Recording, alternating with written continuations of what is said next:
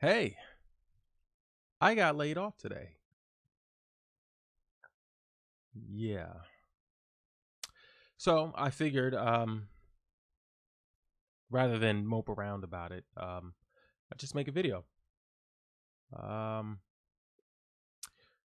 Luckily, it didn't really have anything to do with performance, or anything like that. It's just the company had certain goals that they were trying to hit financially, and it wasn't happening in, their time frame. So they had to do a second round of layoffs. I survived the first, didn't survive the second. Um, I'm actually taking it a lot better than I would have expected to because I've never been laid off or fired or anything like that. I've never had to worry about anything like that. So that was a shock, but didn't really get me down at all. It just the timing kind of sucks, it's right before Christmas and all that. But I guess I'm all right. I figured that I would take this energy or whatever it is that I'm feeling right now and just put that into a video. So I wanted to talk today about jobs, about companies. What is all that? What does it mean to be employed? What is a job? I happen to be of the belief that a job is nothing more than a symptom of someone else's success. Um, I really that's the simplest explanation.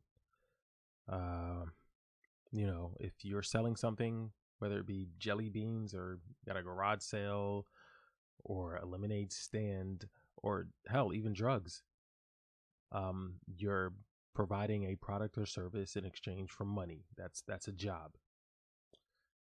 Now, let's say, whatever it is that you're offering has a high demand. Let's say you set up all your junk on your lawn for your garage sale, and people start flooding your house looking through stuff, and everybody's buying or browsing or asking for information on whatever trinket they're holding. Yeah, that might be a lot for one person to handle. And so how do you handle that?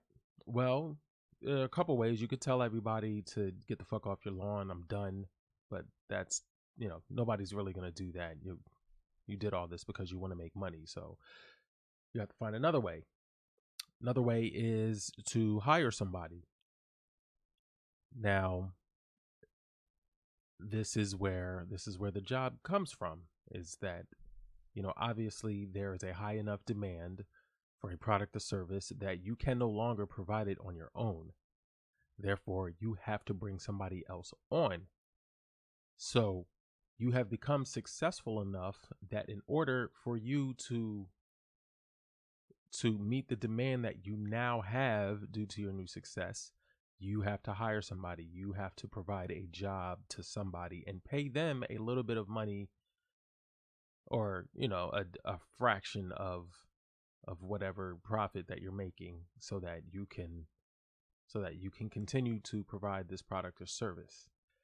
And that's really it. Now, a lot of people, will talk about how a job is a right, and being paid a certain amount is a right. And well, that's not true. I mean, there's some truth to it, and I'll tell you what that truth is. The truth is that if you are able to find work and somebody is willing to pay you to do work for them, then you have a right to accept that work. You have a right to get paid whatever it is that you can negotiate for, but you don't have a right to tell somebody how much they have to pay you, because it's not your company, it's not your product that you're selling. You know what I mean? Like, you're being brought on to help somebody else move their shit. And that's the only reason you're really there, is to help them produce.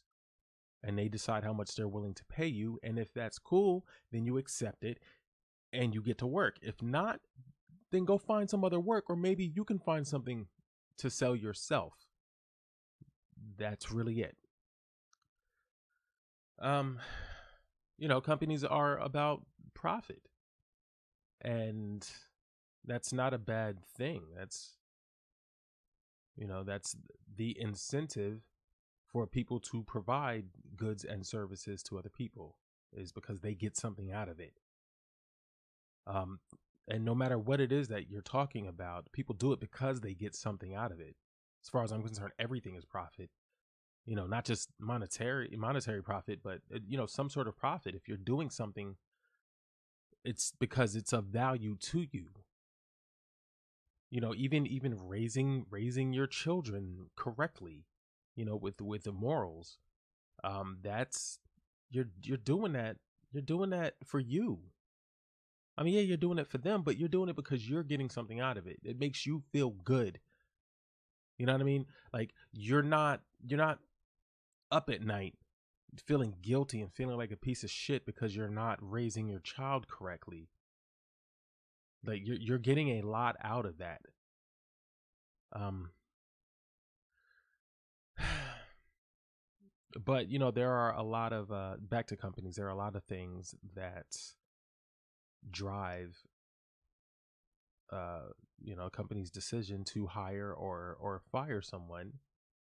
And in my recent case, um the company I work for had been taken over by a larger corporation. And they were looking at the numbers and they didn't add up.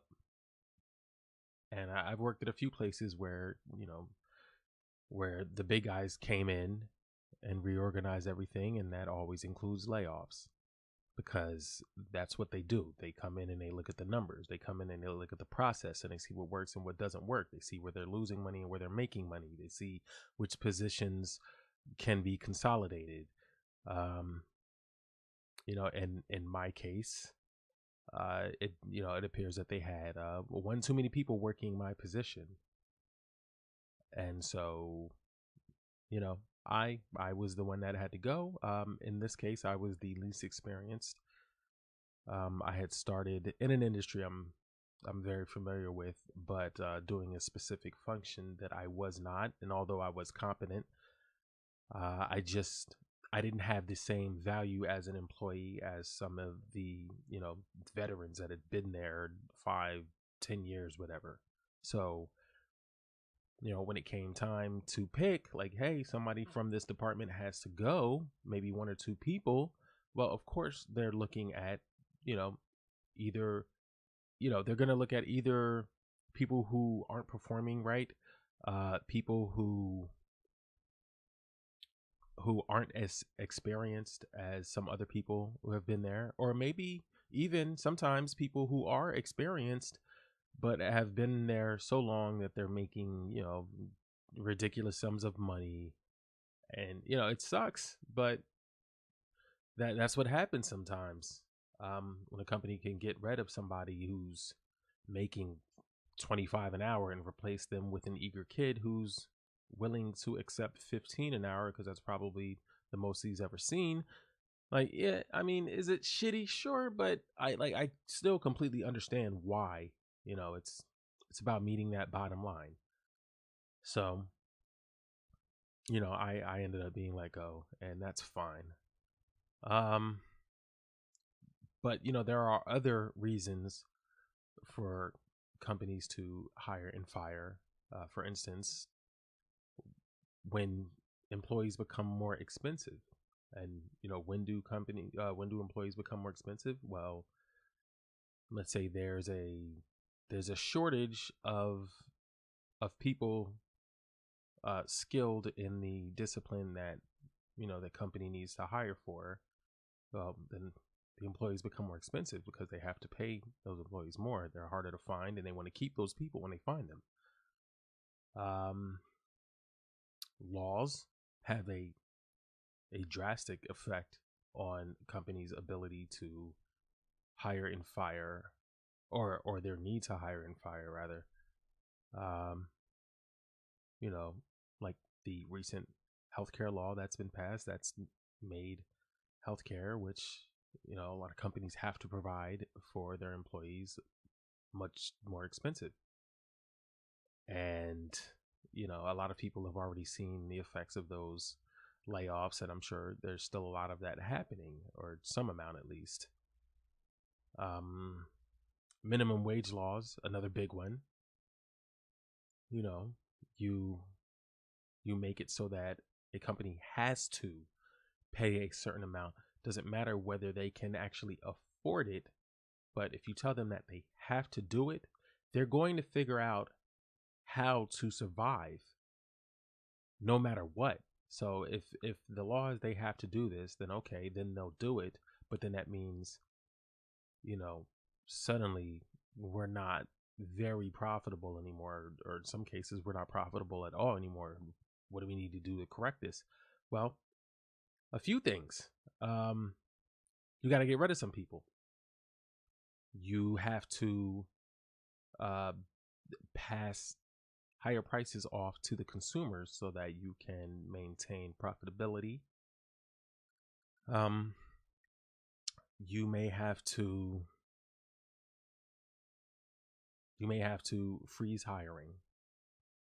You may have to freeze pay raises, which really hurts people that have been in a place for a while and they're counting on a raise. It's about that time, and then suddenly, yeah, sorry, we're not going to be able to give any raises anymore. So, there are a lot of unintended consequences of meddling in the affairs of private companies, and a lot of people end up unemployed or underemployed because of that. And another big unintended consequence that a lot of these empty suits in Washington don't seem to understand is that when you create all kind of crazy laws about what a company has to do for its employees and what kind of licenses they have to apply for, and which all cost money, and then all these different fees that they have to pay, that actually prices a lot of people out of the market because they can't even afford to get started. A lot of these small businesses, they can't afford to get started, and for a lot of them, their only option is to go into massive debt with taking loans so they can cover everything to get started, which means that by the time that they open on day one, it might not be for 6 months, 8 months, a year and some change until they actually begin to be profitable because of all of the money that they had to dump in initially. And so a lot of people who would be starting businesses just aren't. A lot of jobs that would be created just are not.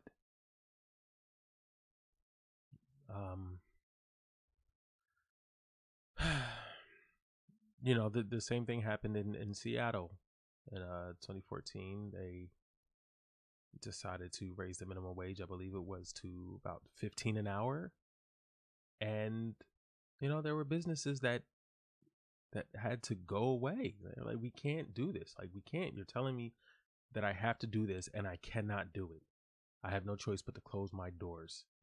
And then now, all the people that were fighting for this minimum wage increase saying, yeah, it'll be great because now everybody will be getting more money and then they'll be able to afford their basic goods and necessities. Well, some of those people not only did not get a raise, they lost their job entirely.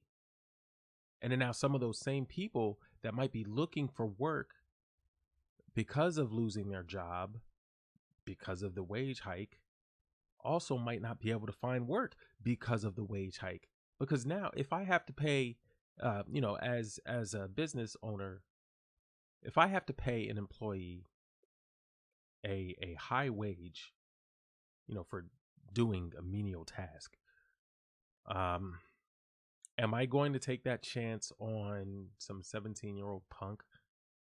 Or am I going to give it to, a 30-year-old man or woman who's just about their work? Of course, I'm going to give it to the adult. A lot of kids are missing out on valuable work experience. And if you're like, 16 or 17 or whatever, I'm not sorry for calling you kids, because I know I damn sure didn't feel like a kid when I was 16 or 17. But, I'm 35 now. So for me, 16 or 17 is a long, long way away. But living in an area where the minimum wage is $15 an hour, as a 16 or 17-year-old person, I probably would have had a very, very hard time finding employment, because I understand nobody wants to take a chance paying that much money on a kid, or I'm sorry, just somebody who's inexperienced,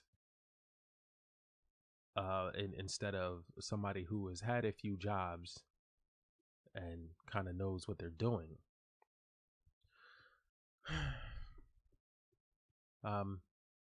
And then some companies, they just run their businesses wrong. That's also a reason for hiring and firing.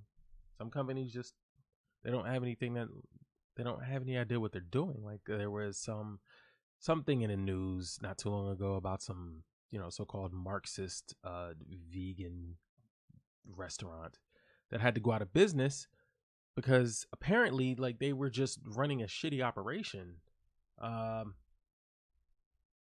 quote from an article that I was reading about this says that the Garden Diner and Café, replete with wall murals of Che Guevara, that fuck, in a chef's apron and raised fist, clutching asparagus sprigs, had eschewed tips. Well, that was fucking stupid. In favor of paying its workers a living wage, which is completely fucking retarded. Maybe I'll talk about that in a minute. And scorn traditional management methods. I really would like to know more information about what management methods these people had decided to employ instead of traditional management methods. I mean, because there are some major issues with the way some companies are run, the way some managers get on absolute power trips, and I'm sure most of us have worked for one of these assholes in the past. They get the gold badge instead of the white badge, and all of a sudden, whatever. Anyway, continuing. And while its vegan, vegetarian, and raw food fare was mostly a hit, Vice's Munchies reports its unpredictable opening hours, slow service, and 40-minute waits for a sandwich strained customers' patience. Yeah, if I have to wait for 40 minutes for a fucking sandwich, you can better believe that I'm not ever going back there. I mean, hell, I'm not waiting the 40 minutes. That's ridiculous. I'm raising hell and then I'm leaving. And then if you don't even know when the place is going to be open, like, what the fuck? Like, this place was obviously, seemingly, I don't know what it takes to get sued nowadays, but this place was seemingly run very shitty, and it's no longer a business. Now, I know a lot of people might come to their defense and say that, well, a lot of companies, they fail. A lot of new companies fail. I believe the number was like 50% of all new startups or new companies fail within like the first year or something like that, and that was the case, I believe, up until 2006. A more recent report from the U.S. Small Business Administration says that about half of all establishments survive 5 years or longer, which is great. In the past decade, this ranged from a low of 45.4% for establishments started in 2006 and a high of 51.4% of those started in 2011. About 1/3 of those establishments survived 10 years or longer, which is crazy because, even if you make it past that 5-year mark, you still have a 1 in 3 chance of actually a 2 in 3 chance of failing, to make it 10 years. So, that's still not that great. So it looks like this so-called Marxist cafe and diner or whatever met that 5-year mark, like a little over 5 years, and then that was it for them. So they couldn't really become or stay profitable. And for the socialist types and the Marxist types and whatever, like, you can complain about capitalism all you want, but without the incentive to offer a good or a service, you won't be able to do that. I mean, or you're not going to want to do it, at least not for very long. It's not going to work. You know, your employees aren't going to want to work for you if they're not getting paid a certain amount. And if they are getting paid a certain amount, you better make sure that you're bringing in enough money to pay them that, or you're going to go out of business like these guys did. You know, they're not even accepting tips. Like, what kind of shit is that? And they say they wanted to pay their workers a living wage. Well, you know what you got to do to pay your employees a living wage? You got to make enough money to pay them. You know, like, if you really care about your employees, then the first thing that you need to do is make sure that you can stick around for them to have a job. And for that to happen, you need to be making money. You need to be a capitalist. Sorry. You need to be about your profit. You have to. You know, which means that things might have to be run a certain way. Some people might have to lose their job once in a while if they're not up to snuff, or you found out that, you know, you accounted for how many employees you would need incorrectly, and suddenly you find yourself with more employees than you actually need. Are you going to keep them on and lose money and suddenly become unprofitable? Are you willing to stay an unprofitable company so, you know, the 20 or so employees that you hired extra can stay on? Or are you going to maybe let them go so you can keep your business open and continue to pay the employees that you have? I mean, if you really care, hell, give the employees you let go a glowing recommendation. You know, let them use you as a reference or something. But you're not really doing anything for anybody if you can't even keep your doors open. I don't know. I think I'm gonna cut it here because, you know, I got a lot to I got a lot on my mind. But the good news is that, you know, I'm not really down in the dumps or anything.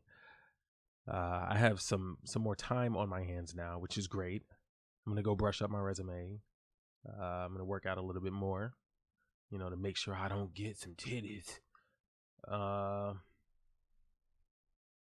Work on some other projects. Now I have a little bit of extra time to focus on that.